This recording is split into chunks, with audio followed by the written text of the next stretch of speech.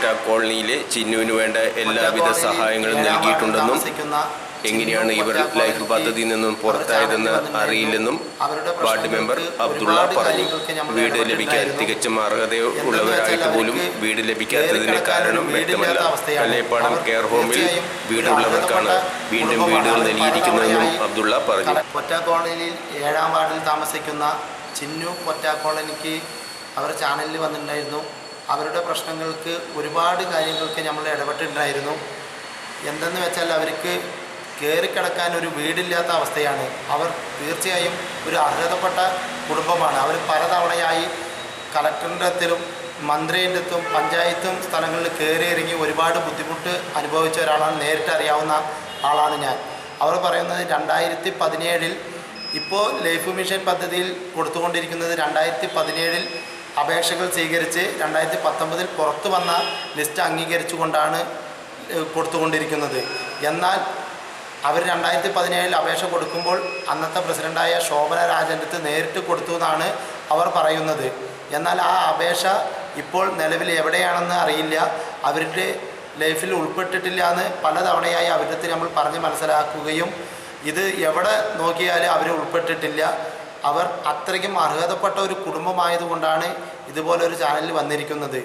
എന്നാൽ ഈ സമ്പ്രദായത്തിൽ ഉൾപ്പെട്ട് ഒട്ടനവധി ആളുകൾ അർഹതപ്പെടാത്ത ആളുകൾക്ക് ഇപ്പോൾ ലൈഫ് പദ്ധതിയിൽ കൊടുത്തുകൊണ്ടിരിക്കുന്നത്. ഇവരുടെ അപ്പുറത്തും ഇപ്പുറത്തുമായി ഒട്ടനവധി വീട് കൊടുത്തിട്ടുണ്ട്.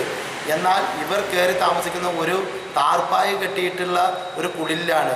അമ്മയും മകളും മരുമോനും ഒരു ചെറിയ പെൺകുട്ടിയുമായിട്ടാണ് ഇവർ താമസിക്കുന്നത്. വേറെ ഒരു വഴിയുമില്ല. തൊഴിലുറപ്പ് പദ്ധതിയിലൂടെ പോയിട്ട് കിട്ടുന്ന സാമ്പത്തികമായിട്ടാണ് ഇവർ കുടുംബം കഴിഞ്ഞു പോകുന്നത്. ഇവർക്കൊരു വീട് കയറ്റുക എന്ന് വെച്ചാൽ ഇപ്പോൾ സാധിക്കാത്ത ഒരവസ്ഥയിലാണ്.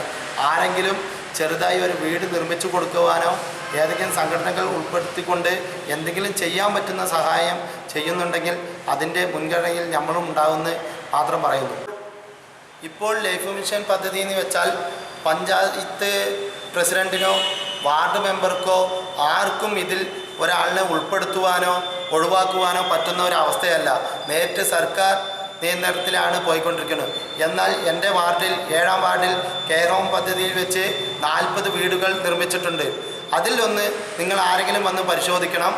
1-2 കുടുംബമാണ് അർഹതപ്പെട്ട കുടുംബമുള്ളൂ. ബാക്കി എല്ലാ ആളുകളും വേറെ വീടുകളും വേറെ സുഖമായി ജീവിക്കുന്ന ആളുകളാണ് അതിരിക്കുന്നത്. ചുരുക്കം പറഞ്ഞാൽ ആ സ്ഥലം മേടിക്കുന്ന കാശുണ്ടെങ്കിൽ 50 വീടുകൾ പാവപ്പെട്ടവർക്ക് നിർമ്മിച്ചു കൊടുക്കാൻ കഴിയുമെന്നാണ് ഈ അവസ്ഥയിൽ എനിക്ക് പറയാവുന്നത്. ഒട്ടനവധി പാവപ്പെട്ട ആളുകൾ പഴയന്നൂർ പഞ്ചായത്തിലും കേരളത്തിലും ഉണ്ട്. ഇങ്ങനത്തെ ഒരു പദ്ധതി മാറ്റിക്കൊണ്ട് അതാത് പഞ്ചായത്തുകൾക്ക് അതാത് വാർഡ് മെമ്പർക്ക് ഒരു 2 വീടോ 3 വീടോ വർഷത്തിൽ കൊടുത്താൽ അർഹതപ്പെട്ട കുടുംബങ്ങൾക്ക് എത്തിക്കാൻ കഴിയുമെന്നും കൂടി ഈ അവസരത്തിൽ ഞാൻ പറയും.